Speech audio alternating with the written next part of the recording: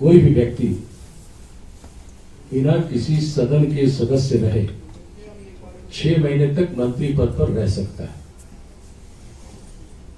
मैं बिहार के महामहिम राज्यपाल जी से इस संबंध में उनका ध्यान आकृष्ट करना चाहता हूं कि भवन निर्माण मंत्री श्री अशोक चौधरी एवं सूचना मंत्री श्री नीरज कुमार का विधान परिषद के सदस्य के रूप में पिछले मई महीना के प्रथम सप्ताह में ही उनका टर्म पूरा हो गया था। तो कायदे से उन्हें उसी समय मंत्री परिषद से इस्तीफा देना चाहिए था, क्योंकि पहले से मंत्री के रूप में चले आ रहे थे।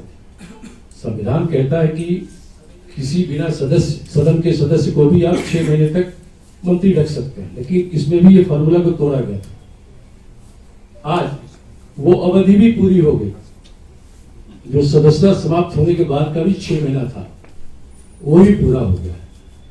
मैं राज्यपाल जी से आग्रह करता हूं कि संवैधानिक परंपराओं और नियमों कानून को ध्यान में रखते हुए श्री अशोक चौधरी को भवन निर्माण के मंत्री पद से और नीरज कुमार को सरकार के सूचना मंत्री पद से तत्काल बर्खास्त करें या उनसे इस्तीफा लें।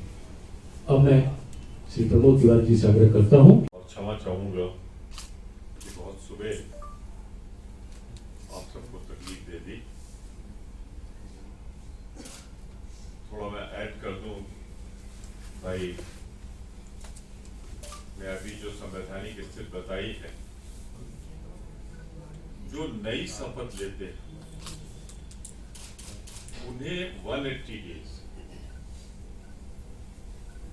में they have to be member of either of any house, अगर either है तो नहीं है, अकेला है तो।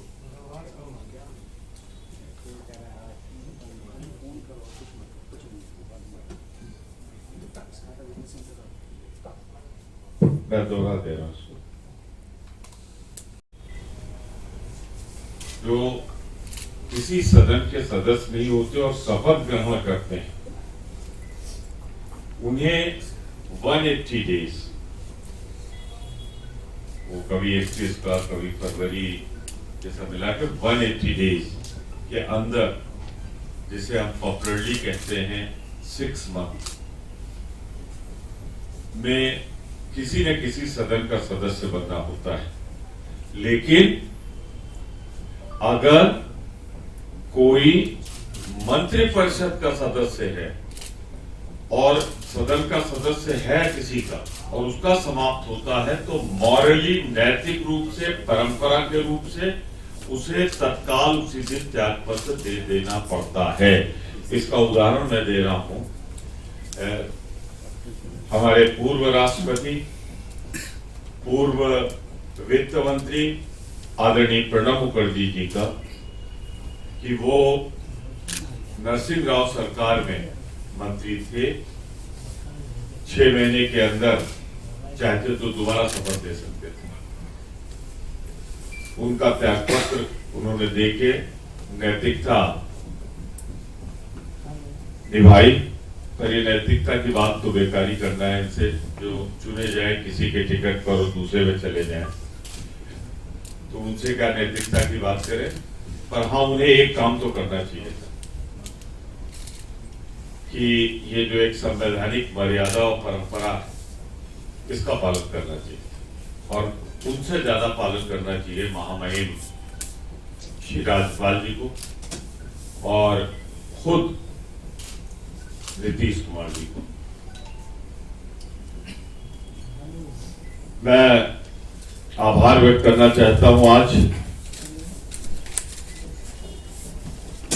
महान बिहार, महान विरासत वाले बिहार के उन 2 चरणों के मतदाताओं का और जो हमारे कार्यकर्ता संगठन के लोग हैं उनसे, और कुछ आप पत्रकार बंधुओं से लगभग हर कॉन्स्टिट्यूंसी में हम लोगों ने बात की है। और बहुत ही धन्यवाद देते हुए मतदाताओं को हम विश्वास पूर्वक कहना चाहते हैं कि जो वार्ता के बाद हम लोगों ने एक नतीजे पे पहुंचे हैं कि इन 2 चरणों के बाद हमारे गठबंधन, महागठबंधन को और उसके घोषित नेता तेजस्वी जी अब कुछ कदम बहुमत से दूर रह गए। कुछ बहुत कम संख्या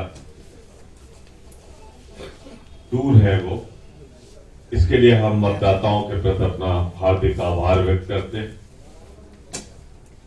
और आग्रह करते हैं कि ट्रैक रिकॉर्ड जो है भाजपा का और जेडीयू का, एक जिनका जिक्र विक्रम भाई ने शुरू में ही किया था,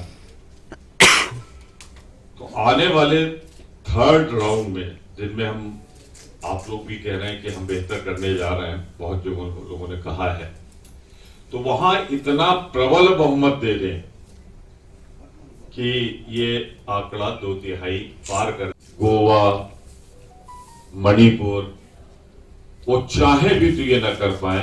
ये हमारा आज अपील है थर्ड राउंड के मतदाताओं से। इन चुनाव में एक चीज हम लोगों ने देखी कि खास तौर से बेरोजगार नौजवानों ने, मजदूरों ने, खासतौर से उसमें जो प्रवासी मजदूर थे, जिस गांव के थे उस गांव के गांव ने, महिलाओं ने, छोटे व्यापारियों ने और एक आम आदमी का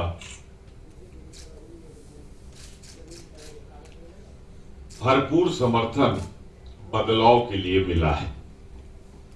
फिर वो जो रैलीज हैं, मीटिंग हैं, वो अपनी कहानी बहुत साफ कर रही हैं और जिस तरीके से हमारे कभी ना आपाक होने वाले मुख्यमंत्री जी बार बार आपाक हो रहे हैं, वो उनको कहानी, जो इनपुट उनका है, वो किसी को भी आए तो किसी का बैलेंस बनाए रखना मुश्किल होता है। तो फिर नीतीश जी तो नीतीश जी।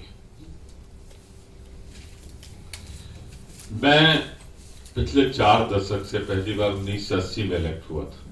80, 85, 89, 91, 93, 96, 2002, 2007, 12। तो मैं सिर्फ अपना ये इसलिए बायोडाटा गिना रहा था आपको कि मुझे बिहार और उत्तर प्रदेश का काफी कुछ थोड़ी बहुत जानकारी है। के साथ हुआ था 89 में, 91 में। तो मैंने इनका उत्तरोत्तर प्रगति, उन्नति, अवनति सब देखी है और एक बार इनके साथ मिलकर भी चुनाव लड़ा है 1996। जो मैं कहने जा रहा हूं, इनकी स्थापित परंपरा, आप चेक कर लीजिएगा अपने काउंटर जो उत्तर प्रदेश में हो। मायावती जी ने जब से कमान संभाली है, वो बाई इलेक्शन चुनाव नहीं लड़ती हैं। ये परंपरा, मैं चूंकि हर विधानसभा का सदस्य था, देखी है हमने, चाहे लोकसभा का भी हो तो वो नहीं लड़ती। और उसमें भी बिहार का हाथ। बिजनौर में बाई इलेक्शन हुआ था और मीरा कुमार जी से ये हारी थी। मीरा कुमार जी गई थी लड़ने, वहां से चुनाव हारी थी और उसी चुनाव परिणाम के बाद उन्होंने घोषणा कर दी थी दूसरे दिन कि मैं दोबारा अपनी पार्टी को कभी बाई इलेक्शन नहीं लड़ाऊंगी। नहीं लड़ी कभी। पर रक्षाबंधन में भाई बहन का प्यार होते ही है, तो भाई के लिए बहन को आगे आना ही पड़ता है। और जब फाइलें खुलने लगे तो उनसे बचाने के लिए बहुत कुछ वो करना पड़ता है जो आप नहीं करना चाहते। हमारे यहाँ उत्तर प्रदेश में एक बड़ी महत्वपूर्ण जगह है, ये ज्यादा अच्छी तरह जानते होंगे, नोएडा।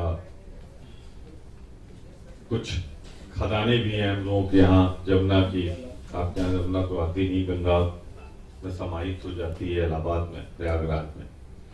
तो है कुछ होगी मजबूरियां, वरना जो मैंने बाई इलेक्शन लड़ रही, मध्य प्रदेश में भी लड़ रही। और चुनाव की आचार संहिता लागू है, सिर्फ इतना ही कहूंगा, सिंबल है बसपा का, उम्मीदवार हैं भाजपा की मर्जी के। तो कुल मिलाकर वही मायावती जी आज पधार गई हैं बिहार में और ओवैसी साहब के साथ मिलकर अपना फर्ज पूरा कर रही हैं। क्योंकि ओवैसी साहब पे लोग कह देते थे भाई आपके साथ तो कोई है ही नहीं दुनिया में, तो भाजपा ने कहा चिंता मत करो, किसी को साथ कर दे।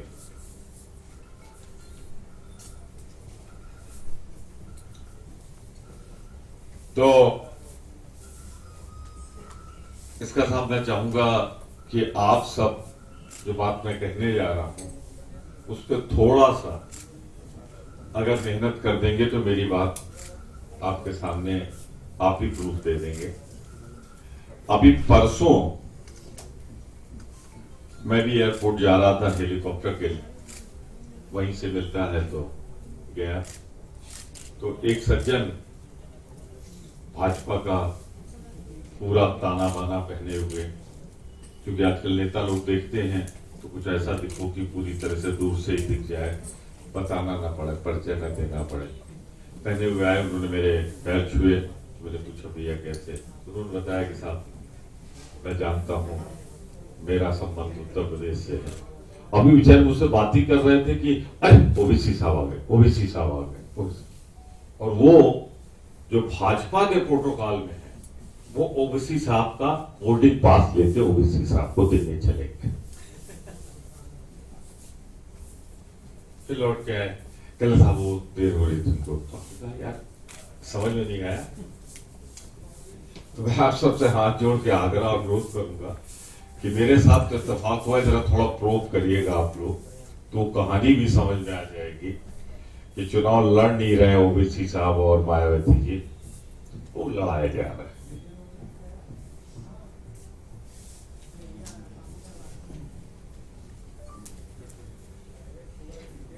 कहावत है दाल में कुछ काला है, यहां तो पूरी दाली काली नजर आ रही है। चिराग का उजाला भी अंधेरा भी भारत की राजनीति में एक नई चीज कहना है। प्रधानमंत्री जी के बारे में इतना ही कहूंगा कि वो बहुत पुरानी बातें कर रहे हैं। पता है वो दूसरे स्कूल के पढ़े हूं, मैं दूसरे स्कूल का पढ़ा हूं, तो दोनों का कोर्स की किताबें फर्क रही हूं।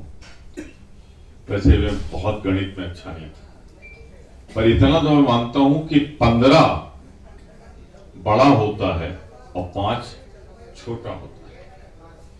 तो 15 साल पहले का जो कुछ भी आप बोले तो उसके पहले ये याद रखें कि 5 साल पहले आदरणीय प्रधानमंत्री जी और आदरणीय नीतीश कुमार जी ने क्या किया था।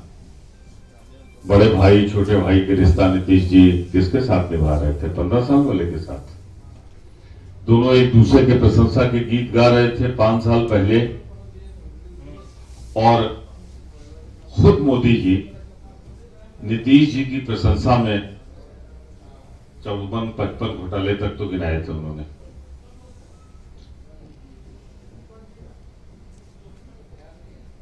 काफी रहा था, मैं उस समय आप लोगों को पढ़ता था, देखता था, तो उसको भी याद कर लें। मेरा सिर्फ एक विनम्र आग्रह उनसे है। पर एक जवाब तो मैं चाहूंगा कि बिहार की जनता एक हिसाब किताब चाहती है। जरा हिसाब में मैं फिर बता रहा हूं, कमजोर हूं, जरा आप लोग कर लीजिएगा अपने हिसाब से कैलकुलेट। वो बिहार का जो अधिकार है, जो बिहार से वायदा है, तो हमसे पूछने के पहले अपने वायदे को आदरणीय प्रधानमंत्री जी उसका जवाब दें। 2014 में यहां आए थे, उनके क्लिप्स मिल जाएंगी। 2 करोड़ प्रतिवर्ष के हिसाब से कैलकुलेट कर लीजिएगा जरा। नौकरी देने का वादा किया था उन्होंने, तो उसके हिसाब से अब 7वां साल पूरा होने जा रहा है। चलिए मान लेते 6.5 साल, तो 12-13 करोड़ नौकरियां पूरे हिंदुस्तान में होनी चाहिए थी। तो उसमें जो बिहार का रेशियो है वो 1 करोड़ के ऊपर है। मैं सीधा सवाल कर रहा हूं कि 2 करोड़ प्रतिवर्ष के हिसाब से लगभग 14 करोड़, 12 करोड़ और 14 करोड़ के बीच में अब तक नौकरियां मिल जानी चाहिए थी। उसमें देश का हिसाब तो मैं बाद में मांगूंगा, बिहार का हिसाब मैं मानता हूं कि आबादी के अनुपात में 1 करोड़ से ज्यादा नौकरियां बिहार वासियों को मिल जानी चाहिए थी। तो कोई सवाल पूछने के पहले भारत के प्रधानमंत्री पहले जवाब दें, सूची जारी करें, कल करें। मैं चाहता हूं कल करें कि वो 1 करोड़ का आंकड़ा कौन किन लोगों को उन्होंने नौकरी दी, उसके लिए एक श्वेत पत्र जारी कर दें, एक सूची जारी कर दें। मैं मेरे ख्याल से क्लियर हूं, फिर कर दूं क्लियर अपने आप को। मैं सिर्फ प्रधानमंत्री जी को इसी बिहार की धरती पर वादा याद दिलाना चाहता हूं जो उन्होंने कहा था 2 करोड़ प्रत्येक भारतवासी को मिलेगी। तो उस हिसाब से 12 से 14 करोड़ नौकरियां अब तक उनको दे देनी चाहिए थी, जिसमें बिहार के पॉपुलेशन के हिसाब से जनसंख्या के आधार पर 1 करोड़ से ज्यादा नौकरियां बिहार के हिस्से में आती। उन 1 करोड़ में कितनों को दी है वो प्रधानमंत्री जी हर हाल में बताएं। की बात नहीं कर रहा हूं मैं, तो सीधे प्रधानमंत्री जी का जो सबसे बड़ा प्लान था उनका चुनावी, उसका हिसाब मांग रहा हूं, और उसका मांगने का अधिकार पर हमारी पार्टी को है। और उसी के साथ 2014 लोकसभा में, 2015 विधानसभा में, 2019 के लोकसभा में जो वायदे बिहार आकर बिहार की धरती पर हमारे प्रधानमंत्री जी ने किए थे पहले इन चुनावी सभाओं में, उसका भी जवाब देते चले। क्या क्या कहा था उन्होंने, कौन कौन से मिले खुलेगी, कौन कौन सी चीजें मिल जाएंगी, उसका क्या हुआ वो भी तो अब नहीं तो फिर कब बताएंगे। मैं उनसे चाहता हूं कि उसमें एक श्वेत पत्र जारी करें और बता दें अगर समय नहीं है। और एक बात सिर्फ विनम्रता पूर्वक मैं कहना चाहता हूं, जब बिहार की बात आती है तो चंद्रगुप्त मौर्य, आदरणीय आर्यभट्ट जी, चाणक्य जी, सम्राट अशोक, गौतम बुद्ध, भगवान महावीर से तमाम डॉक्टर राजेंद्र प्रसाद, बहुत बड़ी उपलब्धियों की सूची है बिहार पुत्रों की, जिन्होंने नाम ही नहीं कमाया, एक परंपरा दी है। और वो परंपरा है सत्य पे कायम रहने की, झूठ ना बोलने की और राजनैतिक शिष्टाचार की। बिहार ने दिया है। मैंने नाम लिए महापुरुषों के। प्रधानमंत्री जी, विनम्र आग्रह है कि जीत बहुत अच्छी होती है, संभावित हार बहुत तकलीफ देती है। मैं समझ सकता हूं आपके मन की पीड़ा जब आप नजर उठाते होंगे तो जिन मैदानों में आपको लाखों लोग दिखते थे उसमें खाली खाली पंडाल आपको व्यथित करता होगा। हेलीकॉप्टर से उतरते वक्त हम लोग देख लेते हैं, बस रिजर्वेशन का इंतजाम भी दिख जाता है कि कितनी लगी है, क्या लगी। तो प्रधानमंत्री जी वो भी देखते होंगे और उसके बाद जब पंडाल में आते होंगे और सामने देखते होंगे तो कोविड का कहीं पालन हो ना पालन हो, उनकी सभाओं में अवश्य कराया जाता है।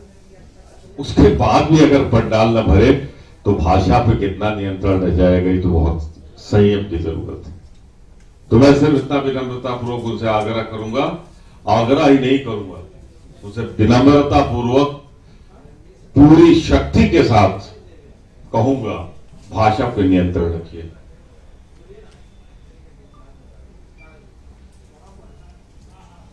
सिर्फ आग्रह नहीं है मेरा, सिर्फ अनुरोध ही नहीं, पूरी शक्ति के साथ है ये कि बिहार पुत्रों को गालियां देना बंद करिए। भाषा जिस प्रदेश, हर फ्लॉप फिल्म में कोई ना कोई डायलॉग याद रह जाता है, चाहे जितनी फ्लॉप फिल्म हो। डबल इंजन सरकार, डबल इंजन सरकार, जब वो गए तो कह के गए डबल इंजन सरकार। आज मोदी जी और नीतीश जी दोनों बहुत डबल इंजन कर रहे हैं। तो मेरे साथी लोग नाराज ना हो, अनुशासन की कोई कार्रवाई मेरे ऊपर ना हो। मैं यहां मोदी जी और नीतीश जी से सहमत हूं। डबल इंजन की सरकार है, बस इस इंजन में दिक्कत एक है, एक बाएं भाग रहा है, दूसरा दाएं भाग रहा है। ना बायां वाला दाएं का विश्वास कर रहा है, ना दाएं वाला बाएं का विश्वास कर रहा है, क्योंकि दोनों ने एक दूसरे को अंदर तक जानते हैं। नीतीश जी को चैन से सोने नहीं देते, चिराग की तस्वीर जहां देख लेते उनको लगता है कुछ तो यही गड़बड़ करा रहा है। और मोदी जी भूल नहीं पाते कि निमंत्रण दिया था खाने का, तैयार होकर जब 7:30 बजे जाने लगे तो 8 बजे आ गया कि डिनर। तो वो उस इंजन में पुराने जमाने का हो तो जो कोयला डाला गया है वो कोयला इन्हीं महापुरुषों के विचारों वाला कोयला है। तो मेरे कहने का मतलब है कि डबल इंजन वाली बात से सहमत हूं, पर इस डबल इंजन की दिशा अलग अलग है और इसीलिए इस पे बैठे हुए ट्रेन में मुसाफिरों को हिचकोले ज्यादा आ रहे हैं, सफर का आनंद नहीं और कुछ मिल नहीं रहा है हमें। तो डबल इंजन वाला मेरे ख्याल से पहला कोई कांग्रेसी होगा जो स्वीकार करेगा कि हाँ डबल इंजन है। मैं मानता हूं डबल इंजन।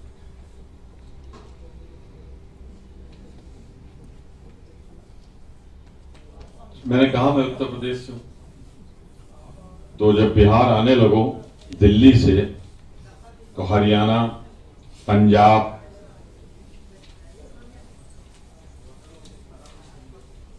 और उधर से बहुत से राज्यों से जब लोग आते हैं तो वो उत्तर प्रदेश से ही आते हैं। मैंने